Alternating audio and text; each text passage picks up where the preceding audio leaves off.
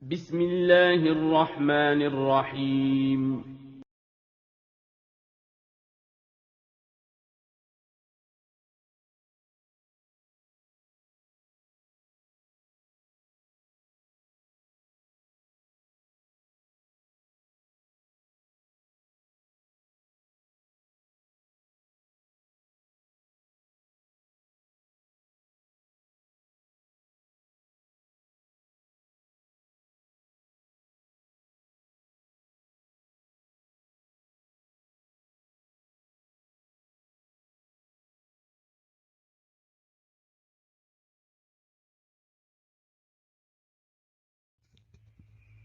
Assalamualaikum warahmatullahi wabarakatuh. Alhamdulillahirabbil alamin. Wassalatu wassalamu ala Rasulillah. La haula wala quwwata illa billah. Amma ba'd. Kaifa halukum? Bagaimana kabarnya anak-anakku? Siswa kelas 3A SD Islam Imam Syafi'i Sangatta. Bagaimana kabar kalian hari ini? Ya, senang sekali ya kita berjumpa lagi dalam pelajaran tematik. Setelah kemarin beberapa saat, beberapa waktu Ustadz mengalami sakit. Terima kasih kalian sudah mendoakan sehingga kita bisa berjumpa lagi dalam pembelajaran tematik. Anak-anakku, sebelum kita memulai pelajaran, marilah kita bersama-sama membacakan doa agar apa yang kita pelajari pada hari ini bermanfaat. Bismillahirrahmanirrahim. Allahumma inni as'aluka ilman nafi'a wa rizqan tayyiba wa amalan mutaqabbala.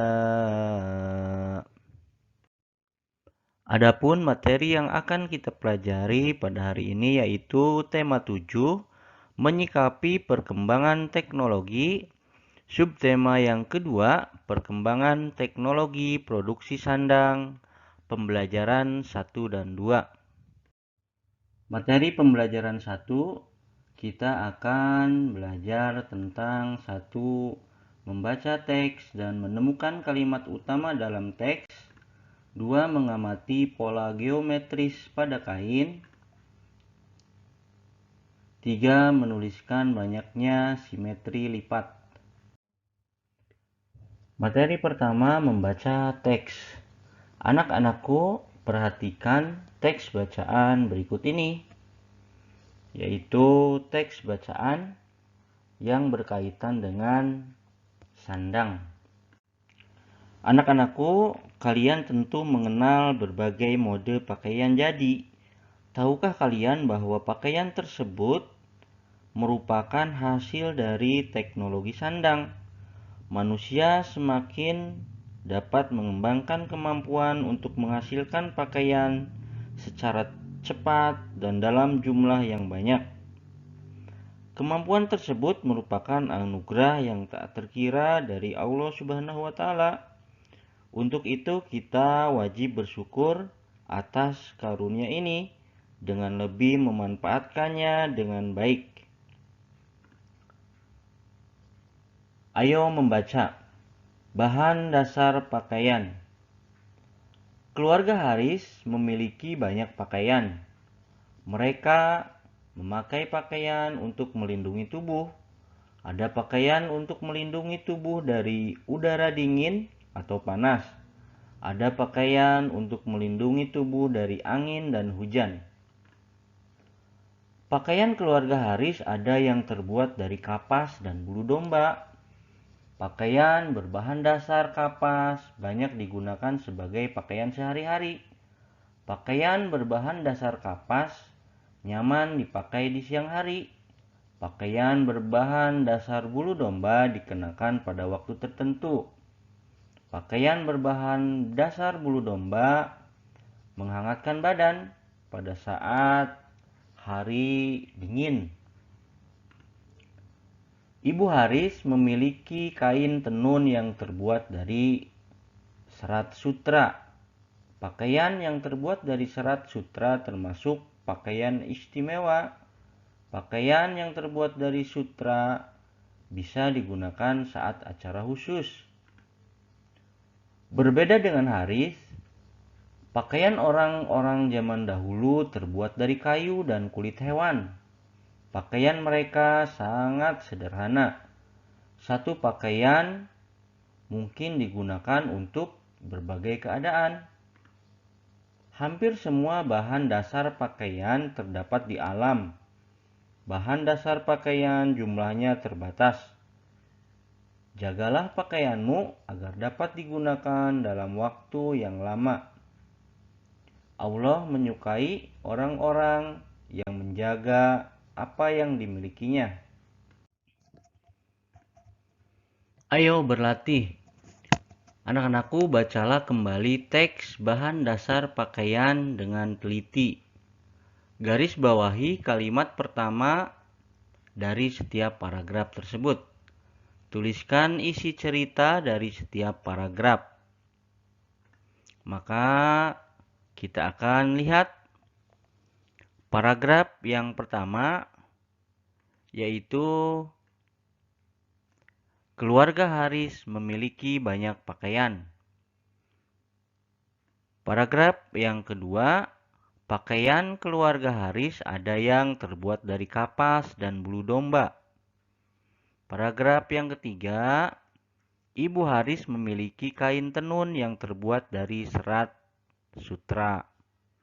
Paragraf yang keempat, berbeda dengan Haris, pakaian orang-orang zaman dahulu terbuat dari kayu dan kulit hewan. Dan paragraf terakhir, yaitu paragraf yang kelima, hampir semua bahan dasar pakaian terdapat di alam. Nah, itulah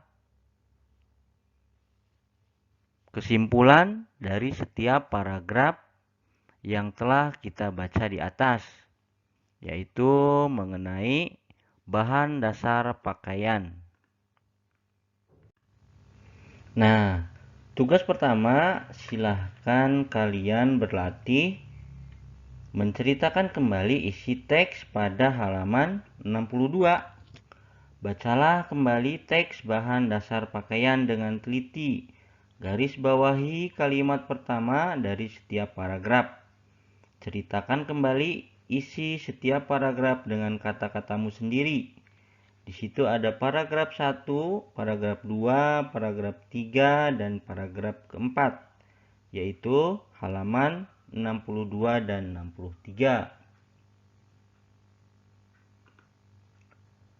Mengamati pola geometris pada kain.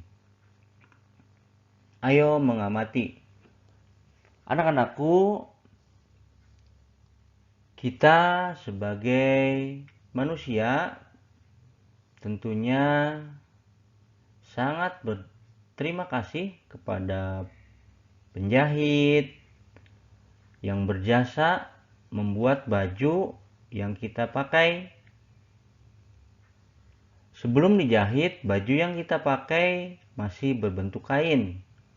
Kemudian kain dipotong dengan bentuk dan ukuran tertentu. Selanjutnya, hasil jahitan kain yang telah dipotong itulah yang menjadi baju, celana, dan pakaian lainnya yang sekarang kita pakai untuk bermain, untuk sholat ke masjid, dan yang lainnya. Ada kain bermotif dan ada kain yang tidak bermotif. Kain motif ada yang berpola geometris dan ada yang tidak berpola geometris.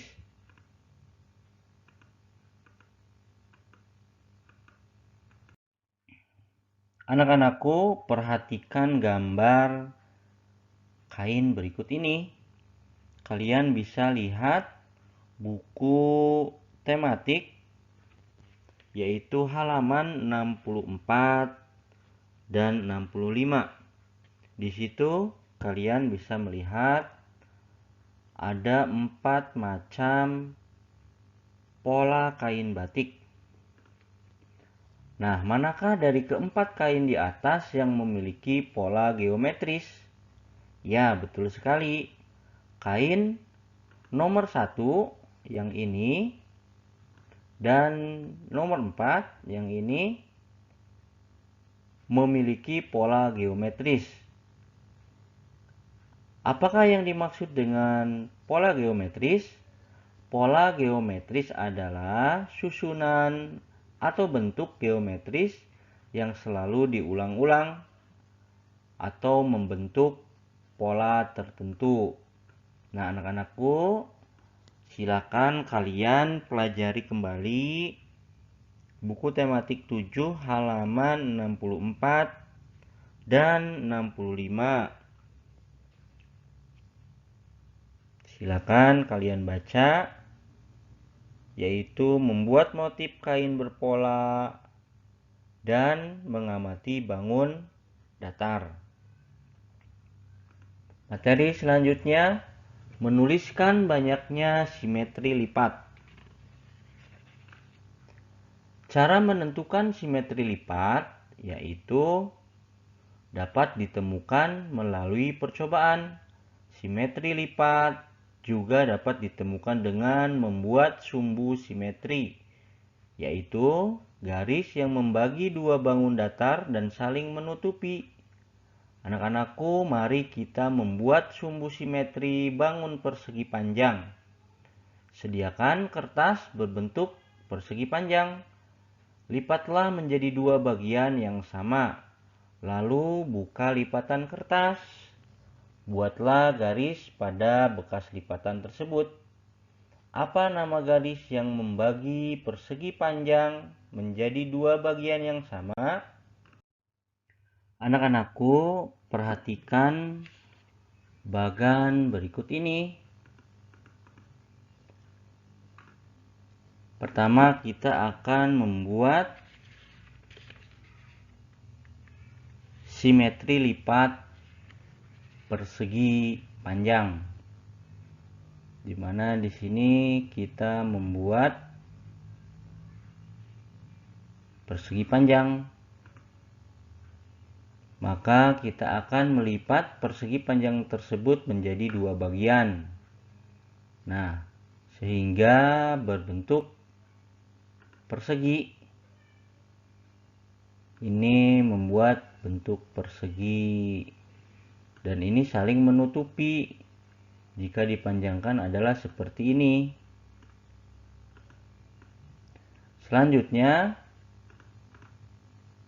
ketika dibuka, maka kita akan melihat simetri lipat tersebut ada di tengah-tengah. Sehingga kalau dibuka kembali, maka bentuknya akan kembali ke bentuk semula, yaitu persegi panjang.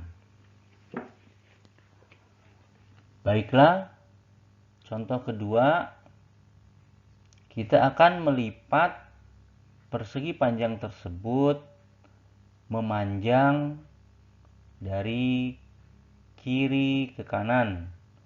Jadi membelah tengahnya ya.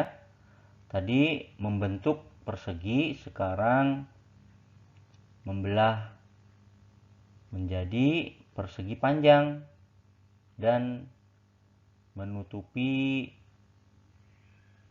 bagian sama besar. Nah, ketika dibuka maka simetri lipatnya akan seperti ini. Nah, seperti itu. Yang pertama tadi simetri lipatnya berbentuk persegi. Sekarang simetri lipatnya membentuk persegi panjang. Contoh yang terakhir, nah, masih tetap persegi panjang dan kita akan mengganti simetri lipatnya menjadi diagonal. Seperti akan membuat pesawat terbang dari kertas ya. Dan ketika dibuka maka simetri lipatnya akan seperti ini. Nah, begitu anak-anakku. Bagaimana? Apakah kalian sudah mengerti mengenai simetri lipat? Ayo berlatih. Buatlah satu bentuk bangun datar yang kamu inginkan. Berlatihlah mencari banyaknya simetri lipat. Gambarkan hasil temuanmu. Nah, di sini sudah ada contohnya ya anak-anakku. Pertama kita akan membentuk bangun datar. Terus kita membuat simetri dari bentuk persegitiga ini. Maka berapakah banyak simetri lipat yang dimiliki gambar pertama? Maka banyaknya simetri lipat adalah 1, yaitu ini garis merah ini. Selanjutnya, nah dari gambar yang kedua yaitu segitiga, gambar segitiga tersebut, maka berapakah simetri lipat yang bisa kalian hitung? Maka banyaknya simetri lipat bangun segitiga tersebut ada 3. Ya, lihat garisnya ya.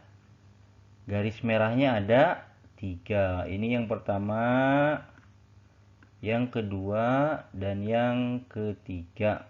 Ada 3 simetri lipat.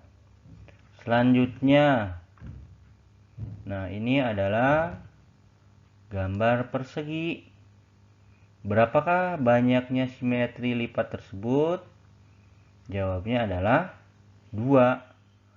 Karena kita melihat 2 garis vertikal, 1 dan horizontal. Maka banyaknya simetri lipat persegi tersebut adalah 2. Terakhir,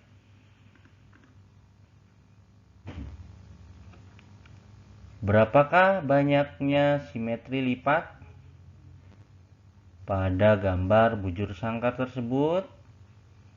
Kalian bisa lihat ada berapa garis.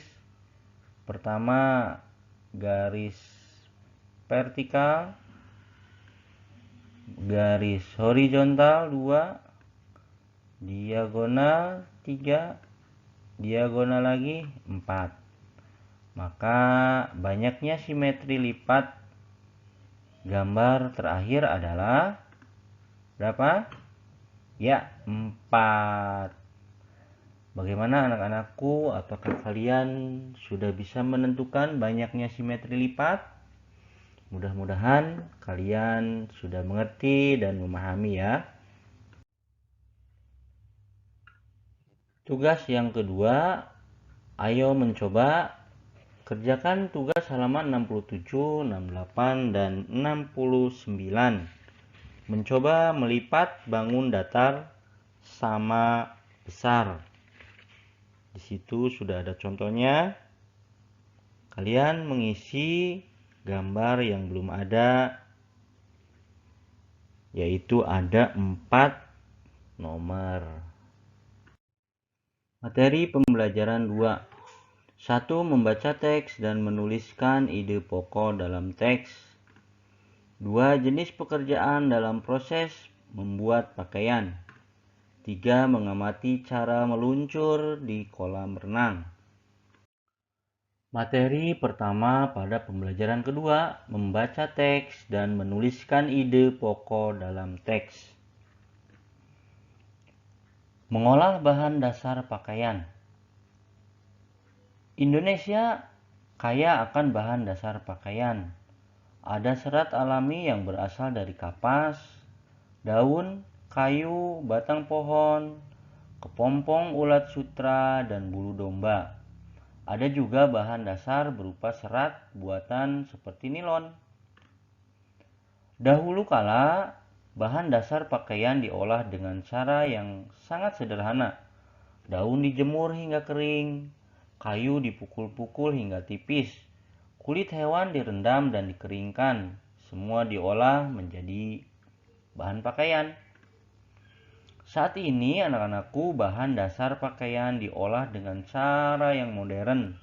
Bahan dasar diolah menjadi serat, serat dipintal menjadi benang, lalu benang ditenun menjadi kain. Semua itu dilakukan dengan mesin yang canggih atau sering dikenal dengan pabrik tekstil. Cara mengolah kain menjadi pakaian juga semakin maju. Mulanya kain dijahit dengan tangan, kemudian kain dijahit dengan mesin yang bergerak atau digerakkan oleh kaki, dan saat ini anak-anakku, kain dijahit dengan mesin jahit yang sangat modern seperti di pabrik tekstil yang telah kita pelajari tadi. Nah, ini adalah contoh pengolahan kain pada zaman dahulu kala. Hanya dijahit dengan tangan. Selanjutnya berkembang ke mesin jahit yang pakai kaki ya. Selanjutnya lebih canggih lagi sehingga produksi baju bisa dihasilkan dengan lebih banyak. Pembuatan pakaian berkembang dengan cepat. Bahan dasar yang digunakan semakin banyak. Mesin-mesin yang mengolah bahan dasar juga bertambah canggih. Pakaian yang dihasilkan semakin beragam. Untuk itu, kita bersyukur kepada Allah karena kita memiliki pakaian. Ayo berlatih. Bacalah kembali teks mengolah bahan dasar pakaian dengan teliti. Garis bawahi kalimat pertama dari setiap paragraf tersebut. Tuliskan isi cerita dari setiap paragraf. Nah, ini adalah isi cerita dari paragraf yang telah kita baca di atas. Paragraf ke-1, isi ceritanya yaitu Indonesia kaya akan bahan dasar pakaian. Paragraf kedua, dahulu bahan dasar pakaian diolah dengan cara yang sederhana. Isi cerita pada paragraf yang ketiga, saat ini bahan dasar pakaian diolah dengan cara modern. Paragraf yang keempat, cara mengolah kain menjadi pakaian juga semakin maju. Dan isi cerita dari paragraf yang kelima, yaitu pembuatan pakaian berkembang dengan cepat. Materi selanjutnya, motif batik Kalimantan. Kalimantan tidak hanya memiliki alam yang indah, tetapi juga kain tradisional yang indah pula. Sasirangan namanya. Kain ini banyak dijumpai di toko-toko yang ada di kota Banjarmasin dan Martapura. Nah, anak-anakku, apakah di antara kalian ada yang berasal dari kota Banjarmasin atau Martapura? Tentu kalian tahu ya, yang namanya sasirangan, yaitu kain tradisional yang indah yang berasal dari Kalimantan. Keistimewaan sasarinan terletak pada motifnya yang berbeda dengan kain lain. Jika kita sekilas melihat coraknya saja sudah menunjukkan corak khas Kalimantan. Jika kain batik Kalimantan Selatan terkenal dengan nama lain sasirangan, kain batik Kalimantan Tengah terkenal dengan nama batik benang bintik. Motifnya pun variatif dengan warna-warna yang memanjakan selera pembelinya. Motif yang umum adalah batang garing atau simbol batang kehidupan, yaitu simbol kehidupan bagi masyarakat Dayak. Mandau, yaitu senjata khas suku Dayak. Selanjutnya burung enggang atau tinggang, yaitu burung elang khas Kalimantan, dan balangan. Warnanya lebih berani seperti pink, hijau stabilo, merah terang, orange, dan masih banyak lagi. Nah, anak-anakku, coba kalian perhatikan gambar berikut ini, yaitu contoh motif batik benang bintik. Yang kedua, contoh motif batik sasirangan, atau kalian bisa lihat di buku tematik halaman 76. Materi selanjutnya, jenis pekerjaan dalam proses membuat pakaian. Anak-anakku, ayo mengamati. Amatilah gambar orang-orang yang berjasa dalam membuat pakaian kita.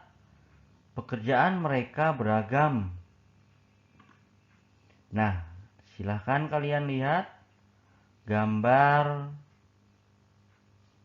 siklus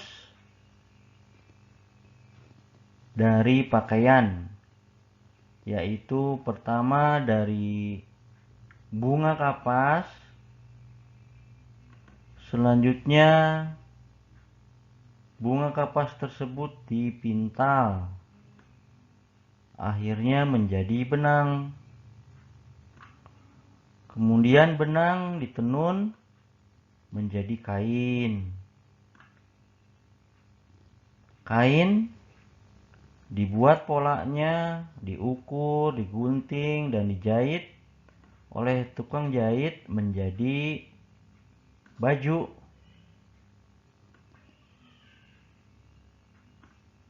Dan inilah hasilnya. Semuanya adalah proses dari pekerjaan yang beragam.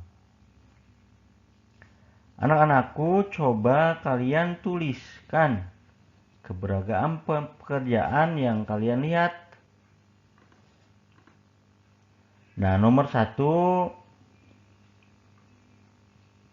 pekerjaan petani kapas. Tugas yang dilakukan petani kapas adalah menanam kapas. Nomor 2, pekerjaan pemintal kapas. Tugas yang dilakukan oleh pemintal kapas yaitu memintal serat kapas menjadi benang. 3, pekerjaan penenun kain. Tugasnya yaitu menenun benang menjadi kain. 4, perancang busana, yaitu membuat rancangan baju. 5, penjahit, membuat baju berdasarkan rancangan atau pesanan. Anak-anakku, coba kerjakan tugas yang ketiga, yaitu pada halaman 78. Kamu dapat menemukan jenis pekerjaan lainnya. Tuliskan nama pekerjaannya dan tugasnya apa. Contohnya Contohnya dokter. Tugas yang dilakukan dokter adalah memberikan pelayanan kesehatan. Contoh yang lainnya misalkan nelayan. Tugas yang dilakukannya apa? Menangkap ikan di laut. Nah, coba kalian sebutkan 5 jenis pekerjaan lainnya yang belum Ustadz sebutkan. Materi selanjutnya, mengamati cara meluncur di kolam renang. Nah, kalian bisa mengikuti langkah-langkah berikut ini. 1, berdiri tegak. dekat dinding kolam dengan sikap membelakangi dinding kolam. Salah satu kaki menempel pada dinding untuk melakukan tolakan.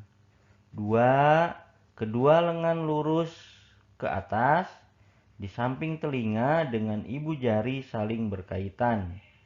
3. Ambil napas dalam-dalam, condongkan tubuh ke depan. Usahakan agar ujung jari tangan yang lebih dahulu masuk ke dalam air. 4. Tolakan kaki yang menempel pada dinding kolam sampai tubuh terdorong ke depan. Yang kelima, kepala berada di antara lengan saat di dalam air. Posisi tubuh di atas permukaan air.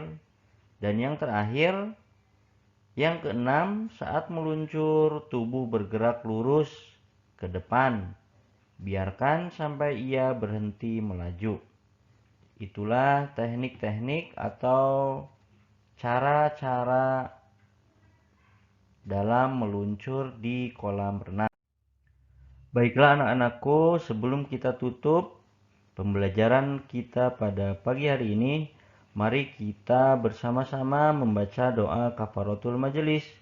Subhanakallahumma wa bihamdika asyhadu an la ilaha illa anta astaghfiruka wa atubu ilaik. Wassalamualaikum warahmatullahi wabarakatuh.